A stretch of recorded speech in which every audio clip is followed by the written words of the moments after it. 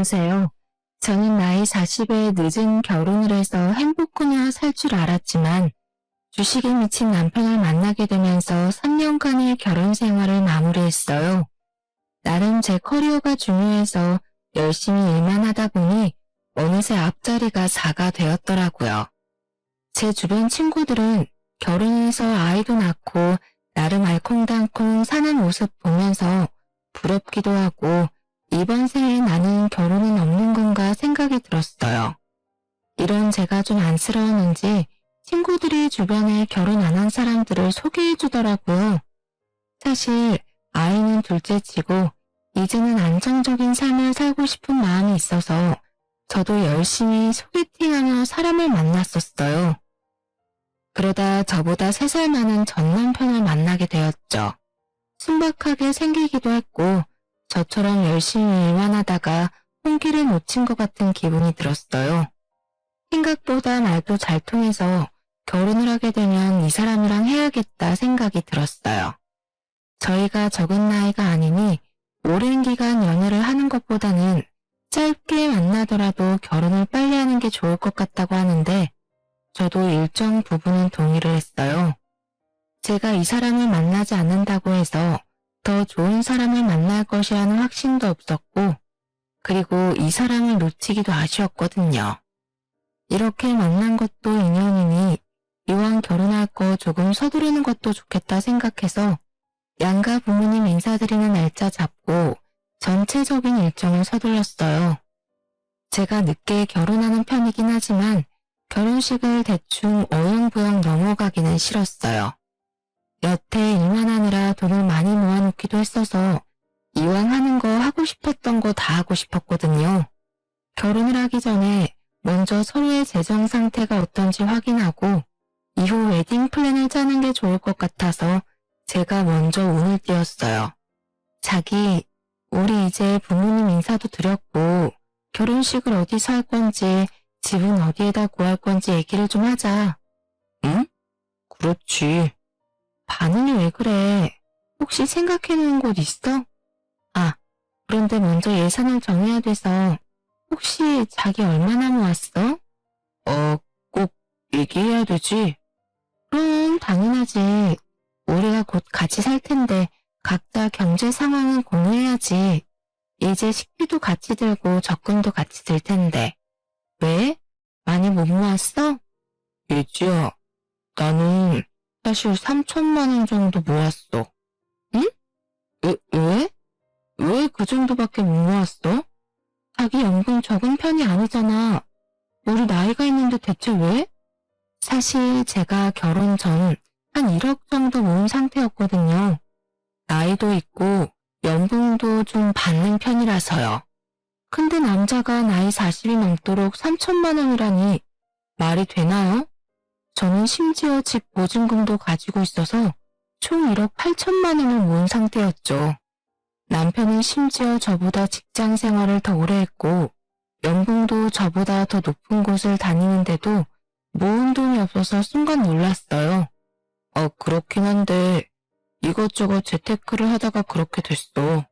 그리고 아무래도 내가 장남이니 부모님 도움 필요할 때마다 융통이 들인 것도 있고. 재테크? 어떻게 하고 있는데? 적금 들고 있는 거야? 생각보다 모은 게 많지 않아서 적금은 아닌 것 같은데? 그게 말이야. 요즘 다들 하는 주식이야. 내가 따로 투자하고 있는 곳이 있거든. 아직은 들쭉날쭉하지만 그래도 언젠가 뜰 회사니까 지금 기다리고 있는 중이야. 자기도 알지? 존버는 승리하는 거. 주식이라는 말을 듣는 순간 머리가 아찔해졌어요. 사실 주식 잘 되면 다행이지만 손해가 많이 발생하는 경우도 적지 않아서 이것 때문에 뉴스에 나오는 사람들도 많잖아요. 저는 좀 안정적이게 투자를 하기 때문에 주식이나 코인보다는 적금을 선호하거든요. 물론 적은 이자율 때문에 적금이 의미 없다는 사람들도 많았지만 그래도 원금에 손실이 없는데 주식은 원금 손실이 되는 경우가 많아서 걱정이 되었어요. 자기야, 혹시 어떤 거 투자하는지 봐도 돼? 그럼 여기 내역 보면 직접 확인하기 전까지는 주식으로 묶인 돈이 많아서 지금 사용할 수 있는 돈이 많지 않은 거구나 생각했어요. 제 회사 사람들 중에서도 주식으로 몇 억 갖고 있고 조금씩 팔아서 용돈하는 분들도 봤거든요. 그런데 그런 분들은 수익률이 높기도 했어서 예비 신랑도 당연히 그런 식으로 투자를 하고 있다고 생각했어요. 그런데 직접 보니 더 믿기가 어려웠어요. 약 3군데 정도 투자를 했는데 사실 주식 모르는 저도 바이오 분야는 성공하기 어렵다고 알고 있거든요. 그래서 잘 모르는 분들은 3땡이나 1땡처럼 대기업 주식을 사는데 이 남자는 주식에 대해서 알고 있는 게 많은 것 같지도 않은데 바이오 분야에 유명하지 않는 회사를 무려 3군데나 투자했더라고요. 총액을 계산해보니 매수 금액이 1억이 넘어요. 그런데 수익이 난 게 하나도 없어요. 다 마이너스더라고요. 결국 버는 돈을 주식에 족족 넣어서 망하게 하는 마이너스의 손을 가진 남자더라고요.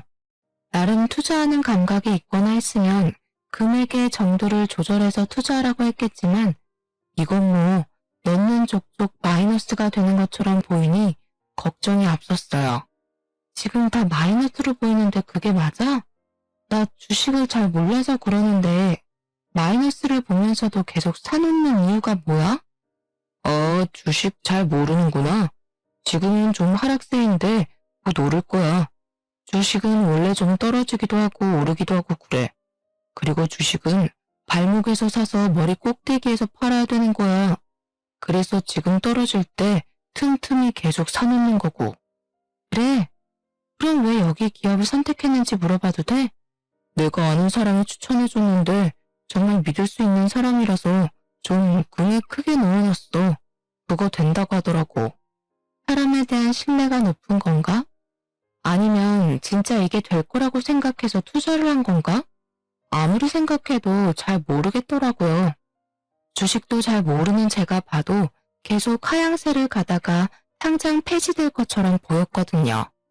그리고 선택한 기준도 본인이 공부하고 알아봐서 선택한 게 아니라 그냥 누구의 추천으로 약 1억이 되는 돈을 넣어놨다니.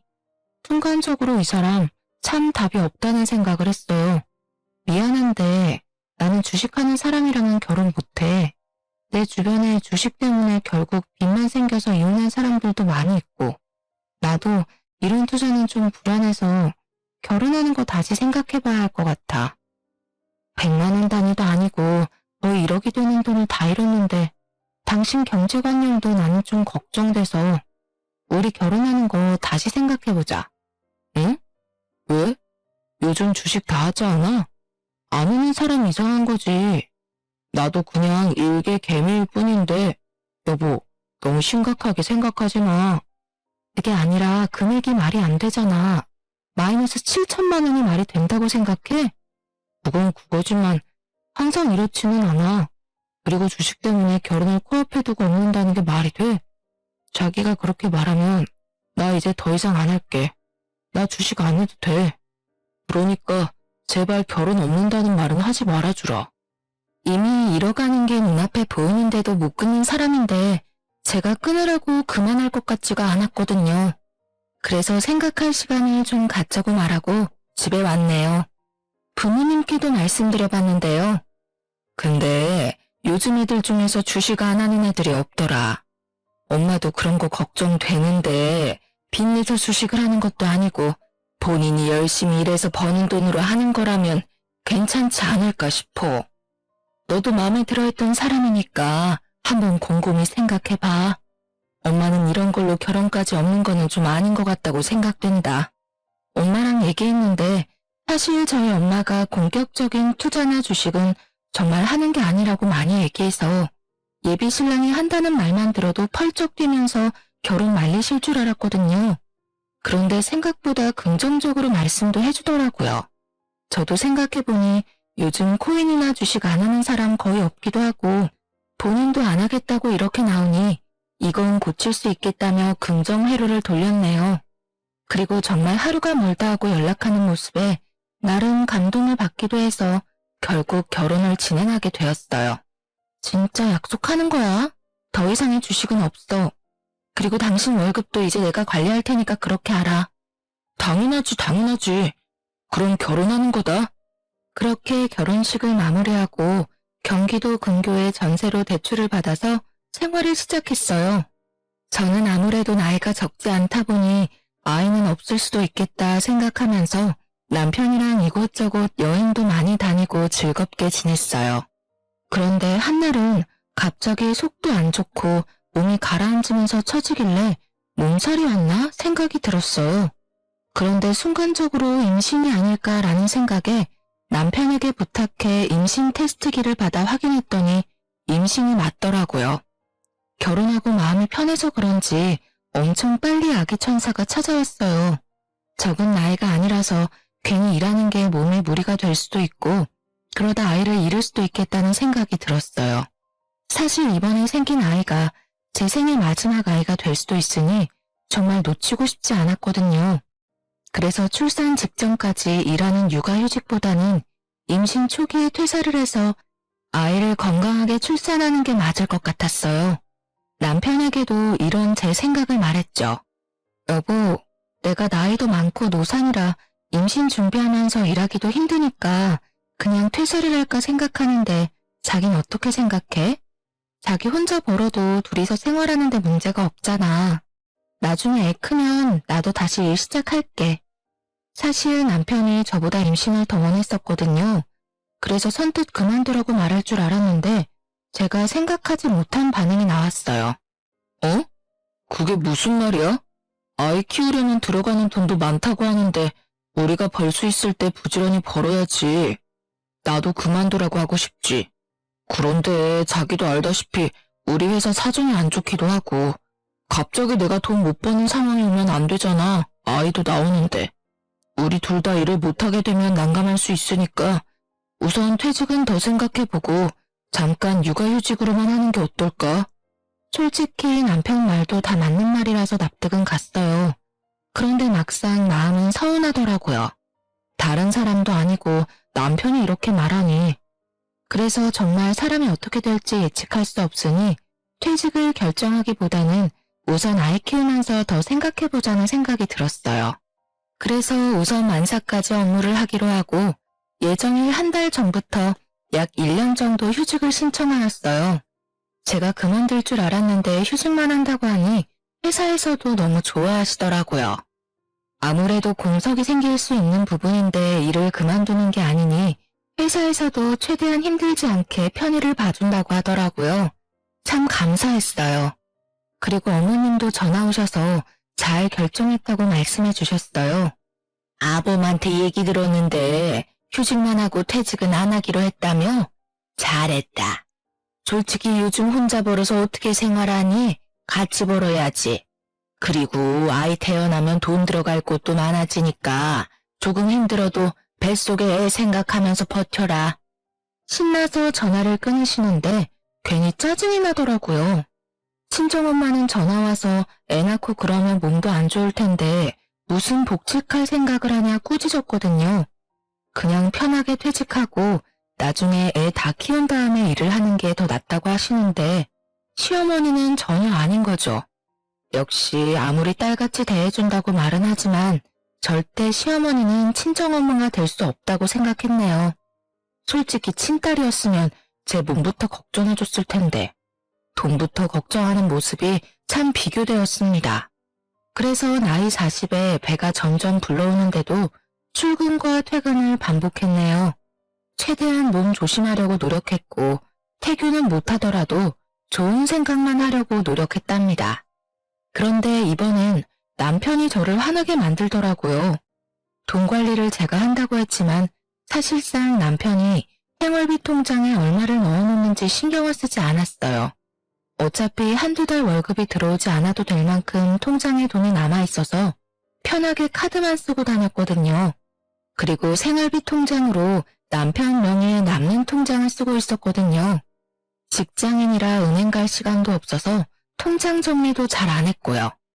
한 번은 통장 정리를 해야겠다는 생각에 반차까지 내서 은행을 들렸는데요. 그런데 확인해보니 남편이 보낸 월급이 들쭉날쭉 하더라고요. 예전에 한 번 얘기했을 때 회사 사정이 안 좋아서 조금 늦게 입금한 적이 있기는 했지만 금액이 달라진 적은 없었거든요. 순간적으로 촉이 안 좋다는 기분이 들었어요. 남편한테 생활비 입금한 내역을 찍어보내면서 이유를 물었어요. 여보, 우리 생활비 통장 보고 있는데 왜 여보가 보낸 금액이 일정하지 않은 거야? 저번에 회사 사정으로 조금 늦게 입금이 된다고 했지 이렇게 금액이 다른 것에 대해서는 말하지 않았었잖아. 그건 저번에도 말했듯이 회사 사정이 안 좋아서 일부 먼저 보내주고 추후에 투자금 들어오면 넣어준 것들이 있어서 그런 거야. 그래서 내가 들어오는 대로 보내고 있는 거잖아. 예전에는 상여금을 1년 연봉에 녹아서 보내줬었는데 이번에 투자 현황이나 그런 것들이 불안정해지면서 상여를 없앤 탓에 지급액이 조금 줄어들어서 그렇게 보이는 거야. 당황하지 않고 술술술 말하는데 저를 속이는 것 같지는 않더라고요. 하지만 마음 한켠으로는 또 주식을 하고 있을까봐 불안했답니다. 그래서 정확하게 짚고 넘어가고 싶었어요. 전적에 있는 사람이라 확인을 안 하면 불안하더라고요. 아, 그래. 그럴 수 있지. 그럼 월급 명세서 받은 것 좀 가져와봐. 급여가 얼마나 바뀌었는지 확인해야 추후에 아기 태어나면 적금도 들지. 알겠어. 월급 명세서 뽑아갈게. 그렇게 저녁에 집에 왔는데 남편은 오늘 일이 너무 바빠서 깜빡했다면서 내일 가져오겠다고 하더라고요. 그렇게 급하게 확인할 건 아니라서 그런가 보다 하고 넘어갔는데 먼저 제가 물어보질 않으니까 며칠 동안 가져오질 않더라고요. 지금 통화돼? 무슨 일이야? 지금은 바쁜 시간 지나서 여유 있어서 통화 가능해. 저번에 자기가 월급 명세서 가져온다고 해놓고 안 가져왔잖아. 그래서 오늘은 가져오라고 하려고 했는데 지금 여유 있다고 하니 지금 뽑으면 되겠네. 오늘은 꼭 가져와. 알겠지? 그러고 퇴근을 했거든요. 오늘은 가져왔겠지 싶었는데 이번엔 프린트는 했는데 책상에 두고 왔다는 핑계를 대더라고요. 사실 한두 번이면 잊어버릴 수 있지라고 생각할 수 있지만 이런 일이 반복되니 일부러 안 가져오는 것일 수 있겠다는 생각이 들었어요. 순간적으로 얘가 다른 주머니를 찾나? 아니면 다른 여자가 생겼나? 라는 별의별 생각이 들기 시작했습니다. 뭐야? 지금 일부러 안 가져오는 거야? 당신 딴 살림 차렸어? 왜 그걸 안 가져와? 내가 저번에 보고 싶다고 한 게 벌써 3주 정도 지난 것 같은데 지금까지 입고 안 가져오는 게 말이 돼? 내일도 안 가져오면 내가 회사에 직접 전화해서 팩스로 받을 거니까 내일은 꼭 가져와. 소리를 지르니 남편이 한껏 기가 죽어서 알겠어 라고 하더라고요. 그런데 저는 그날 잠을 잘 수가 없었어요. 일부러 안 가져오는 건가, 얘가 무슨 짓을 하고 다니는지에 대한 생각을 하느라 한숨도 못 자고 출근했어요. 출근해서 일하는 내내 생각이 나더라고요. 그래서 점심 먹고 남편에게 전화했어요. 월급 명세서 뽑았어? 가방에 넣었어? 그럼 넣었어. 아, 진짜 챙겼어. 이따 보여줄게. 자기, 내가 이렇게까지 하나하나 챙겨야 해? 당신이 진짜 가져왔으면 이렇게까지 독촉 안 해도 되잖아. 내가 의부증도 아니고 남편 월급 어느 정도인지를 확인하려고 이렇게까지 해야 해?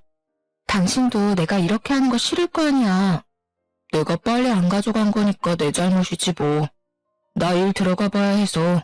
이따 봐. 점심시간까지 전화해서 독촉하는 건 좀 오바였나 싶었어요.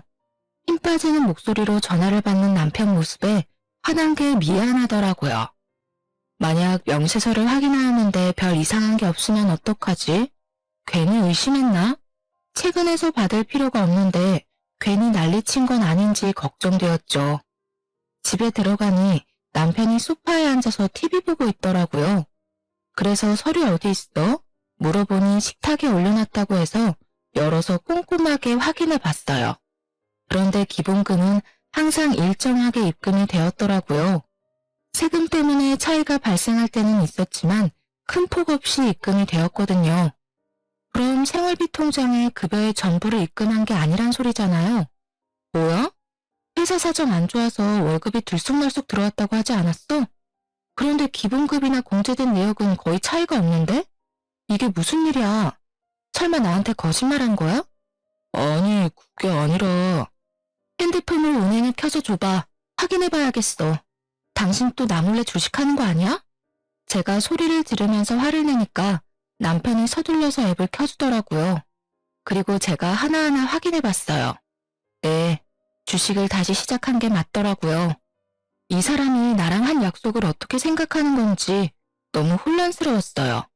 그리고 몇 달만 한 게 아니라 거의 8, 9개월을 속였더라고요. 그렇게 넣은 돈도 벌써 5천만 원이 넘었어요.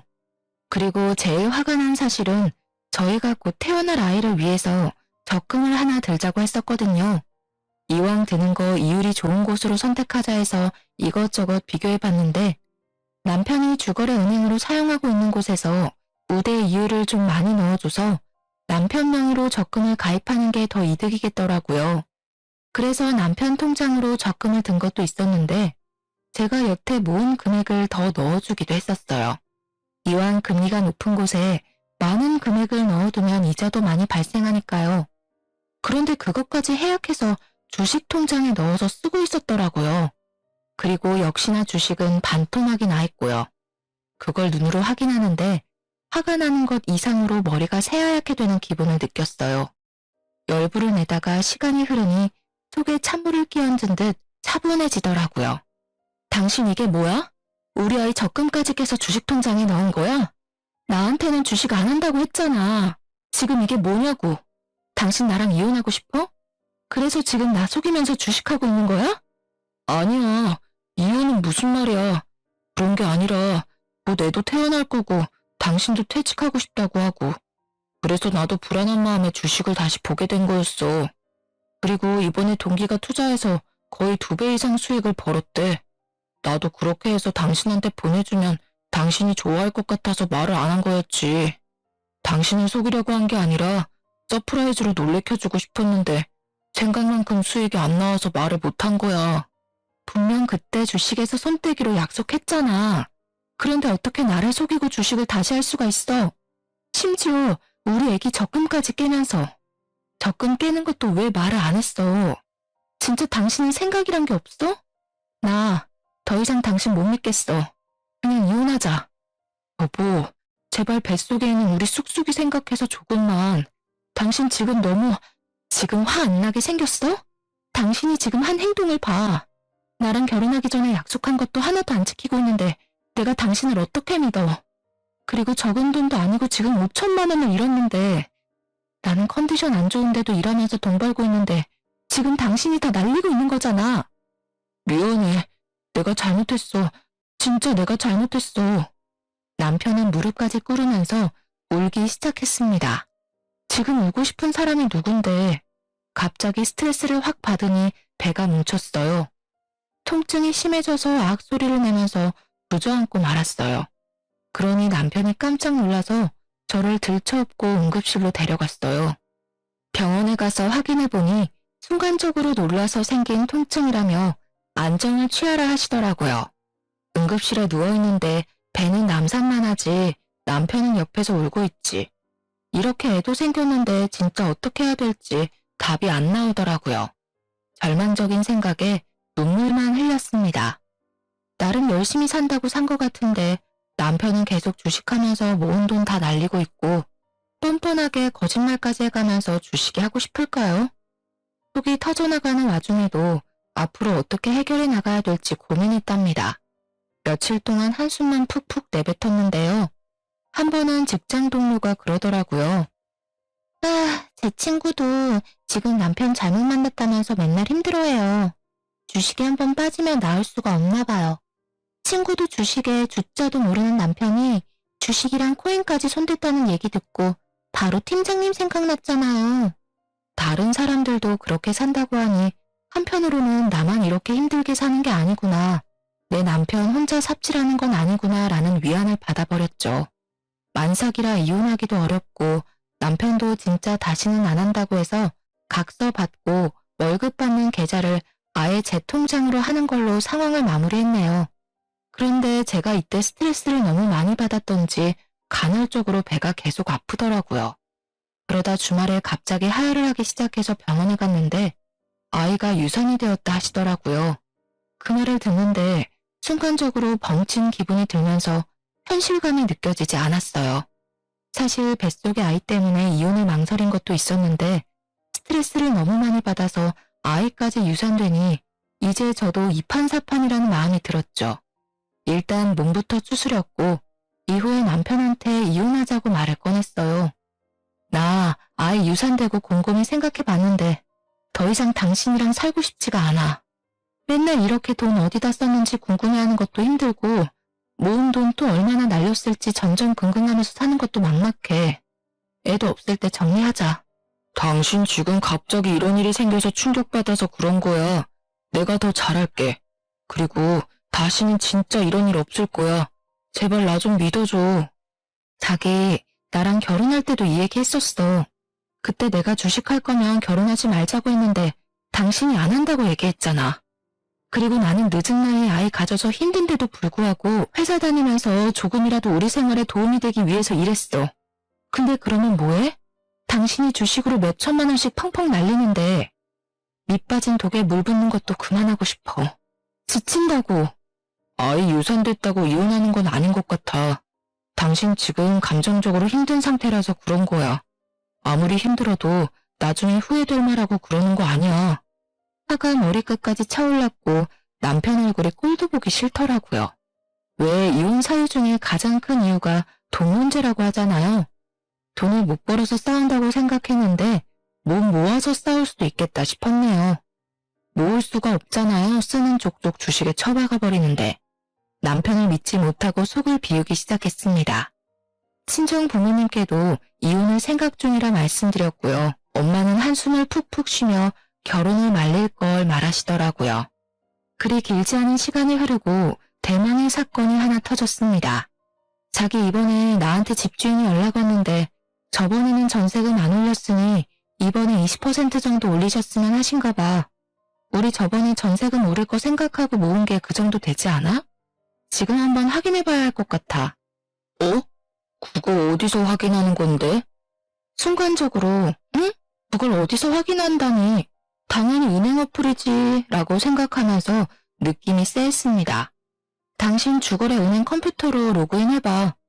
사실 직접 보기 전까지 마음속으로는 아닐 거야 마음을 다잡았지만 눈앞에 출금 두 글자가 선명하게 찍혀 있었네요. 당신 또 주식했니? 당장 핸드폰 가져와. 핸드폰으로 투자한 주식 현황을 보는데 다행히도 지금 상태로는 투자한 것 이상 현금화할 수 있겠더라고요. 한편으로는 지금 알게 돼서 다행이다라는 마음이 들었어요. 그래도 지금 현금화하면 전세금 올려드릴 수 있겠네. 이거 돈 빼서 빨리 나 보내줘. 집주인한테 전세금 드릴 수 있다고 말씀드리게. 어? 이거? 지금? 안 돼.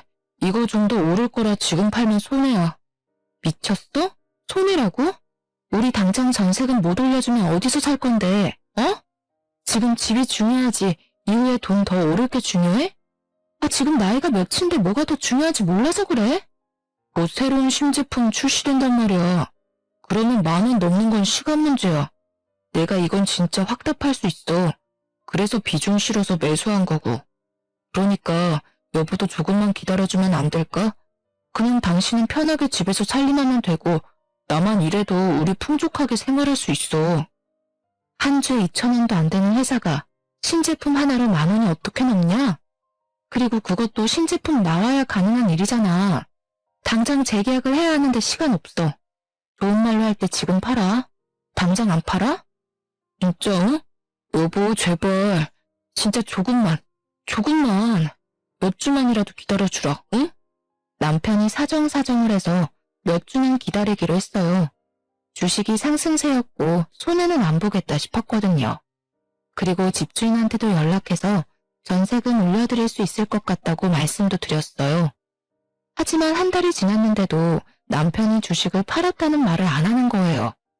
이제 곧 있으면 전세금 올려줘야 하는 날짜가 다가오니 제가 다 마음이 조급해서 지금이라도 팔아서 돈 마련하라고 했어요. 그리고 정 아쉬우면 남은 돈만이라도 넣으라고 했거든요. 그랬더니 우물쭈물하는 모습에 핸드폰을 확 뺏어서 주식창을 확인했어요. 뭐야? 2억 정도 되는 돈이 왜 1억밖에 안 됐어? 출시된다는 신제품이 무산이 돼서 주가가 떨어졌어. 그렇죠. 남편을 믿은 제 잘못이죠. 이렇게 주식을 못하는 사람인데 그걸 망각하고 살았던 거죠. 마이너스에 손인 남편을 온입으로 반품시키고자 마음먹었어요. 어머니, 저 더 이상 남편이랑 못 살겠어요. 저번에 저 몰래 주식을 해서 아이 적금으로 들어둔 5천만 원도 다 날렸어요. 그 충격에 제가 유산까지 했는데 이번에는 저희 전세자금도 반토막을 만들었네요. 전 이 사람이랑 더 이상 못 살겠으니 데려가세요. 그래도 무슨 이혼이니? 그리고 우리 아들이 다른 여자랑 살림을 차린 것도 아니고 그렇다고 돈을 안 가져다 준 것도 아닌데 무슨 이혼이니? 우리 아들도 잘 살고 싶은 마음에 그 주식인가 뭔가 했겠지.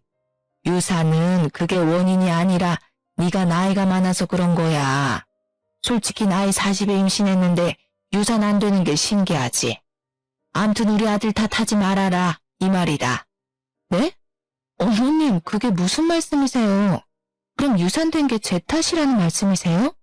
남자들이야 나이가 많아도 임신하거나 하는데 문제가 없지만 여자들은 아니지 않니? 아무래도 너가 나이가 많으니 좀 더 조심했어야 하는 거 아닌가 싶다. 그리고 내 아들이 다른 것도 아니고 아이 생기면서 책임감도 생기고 부담을 느끼면서 그렇게 선택한 것 같은데 그런 걸로 가장을 몰아세워서야 되겠니? 그리고 저번부터 생각한 건데 너가 너무 기가 세서 우리 애가 기를 못 펴는 거야. 아, 그럼 제가 기가 세서 남편 기도 못 피게 했고 나이도 많아서 아이도 잃고 전부 제 탓이란 말이네요? 뭐 꼭 그렇다고 말하기보다는 너도 원인이 없지는 않다고 하는 말이지. 다 우리 아들 잘못이라고 보기는 어렵다 말이지. 어머님 정말 실망해요. 어머님은 여자라 아시잖아요. 유산이 여자 몸이 얼마나 안 좋은지. 그리고 저 아이 지키고 싶어서 회사도 그만두고 싶었는데 어머님도 남편도 돈 벌어야 한다고 떠밀어서 저 몸 안 좋아도 꾸역꾸역 일하러 나갔어요. 그런데 그렇게 벌면 뭐예요?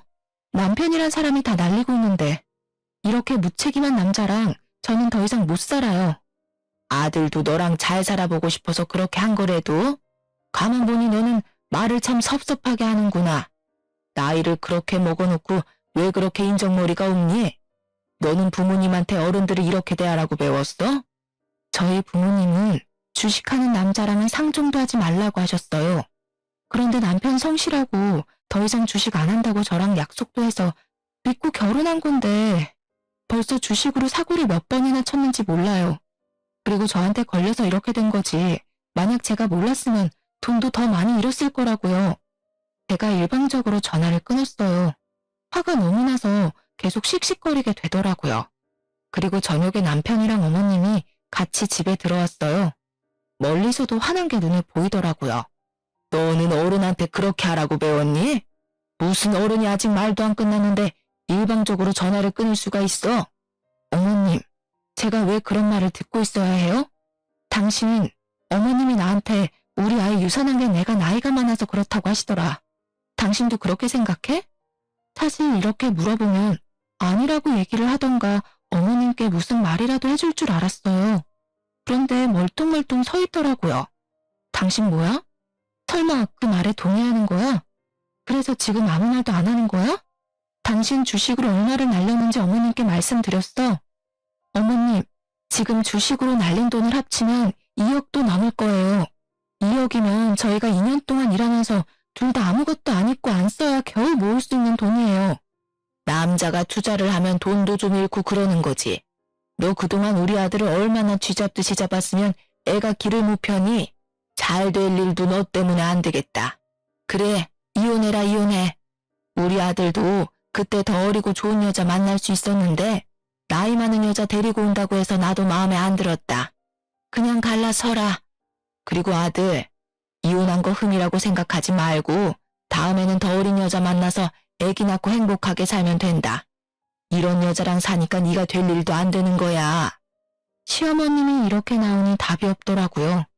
솔직히 지금 어떻게 봐도 본인 아들이 잘못한 일인데도 편들어주느라 정신이 없으시더라고요.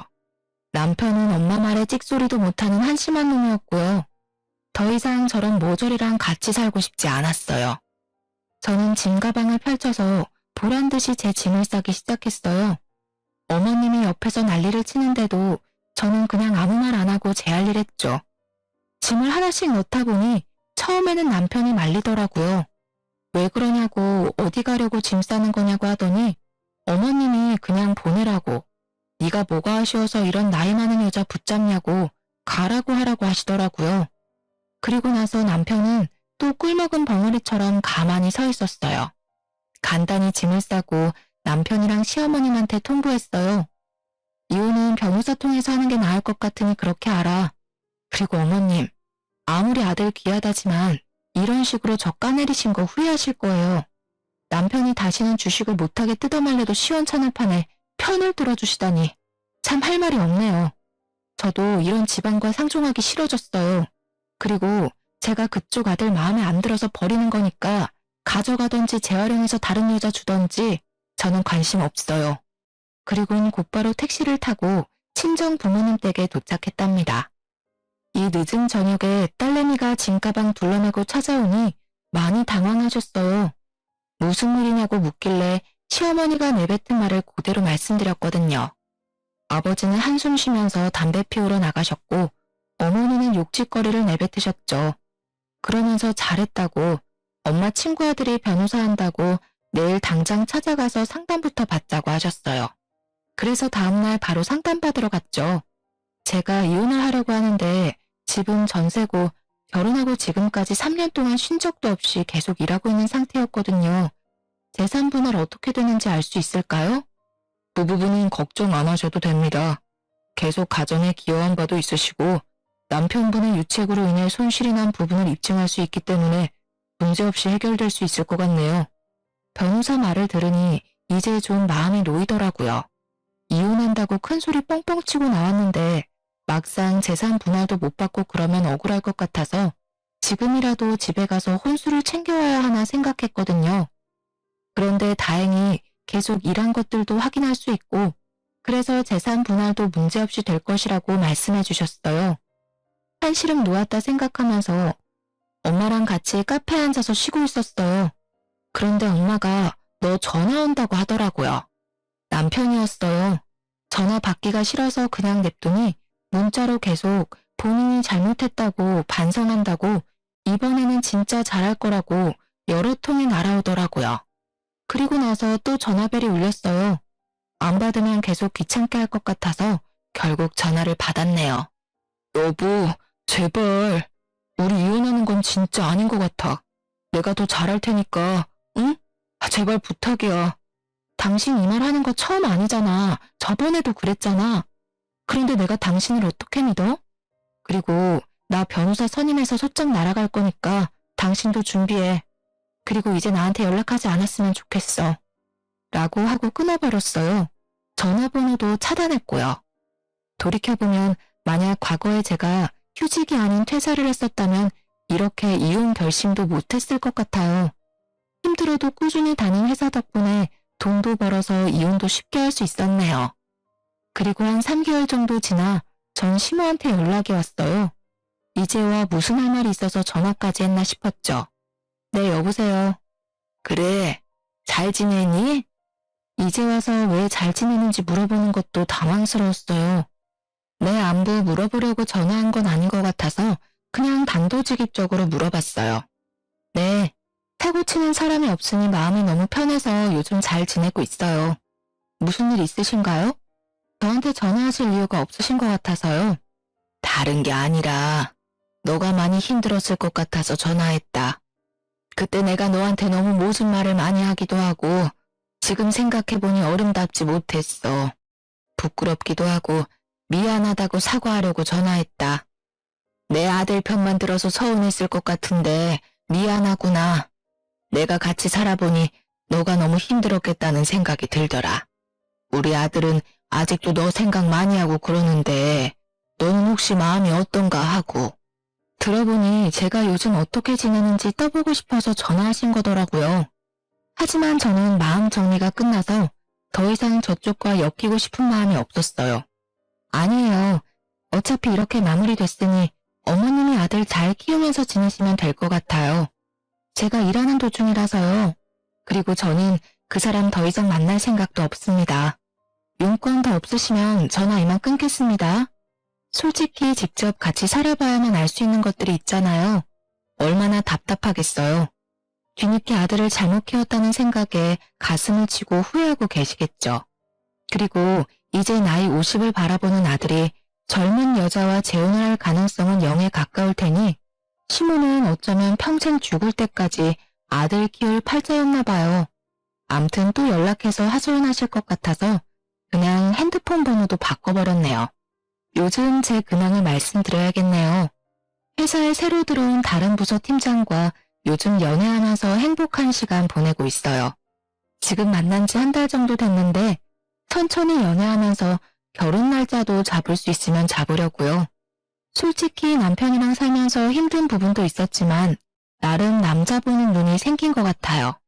이번에 만나는 분은 착실하게 돈도 잘 모으고 주식에 관심도 없는 분이라 돈 사고 칠 걱정은 없을 것 같아요. 어린 나이에 한 결혼도 아니라서 어떻게든 잘 살아보려고 했고 정말 시어머님이 말씀하신 대로 여자 문제도 아닌데 그냥 잘 어르고 달래서 살아야 하나 싶었지만 막상 그렇게 살았으면 맨날 남편이 사고치는 거 뒤처리하는 데에 제 인생 다 썼을 것 같아요. 지금이라도 반품해서 제 인생 온전히 살 수 있어서 다행이죠. 종종 부모님께 제가 이혼한 것 때문에 죄송한 부분들도 있지만 저희 엄마가 내가 행복해야 엄마 아빠가 행복한 거라고 말씀해 주시더라고요. 이혼녀라는 사회적인 시선으로 인해서 당황스러울 때도 있지만 그래도 제 행복이 우선이라고 생각해요. 저처럼 늦게 결혼하신 분들은 더 이혼을 결심하기가 어려우실 거라고 생각해요. 저도 그랬거든요. 그리고 늦게 만난 인연이다 보니 더 헤어지는 게 어려웠어요. 하지만 아는 사람은 결국 아니더라고요. 처음 결혼식을 준비할 때부터 이상하다고 생각했었는데 지나고 보니 그때 과감한 결정을 내리지 못한 게 아쉽네요. 하지만 거지 같은 결혼 생활 3년으로 인생 배웠다 생각하고 남은 인생 더 잘 지내보려고요. 길었던 제 이야기 들어주셔서 너무 감사합니다. 행복하세요.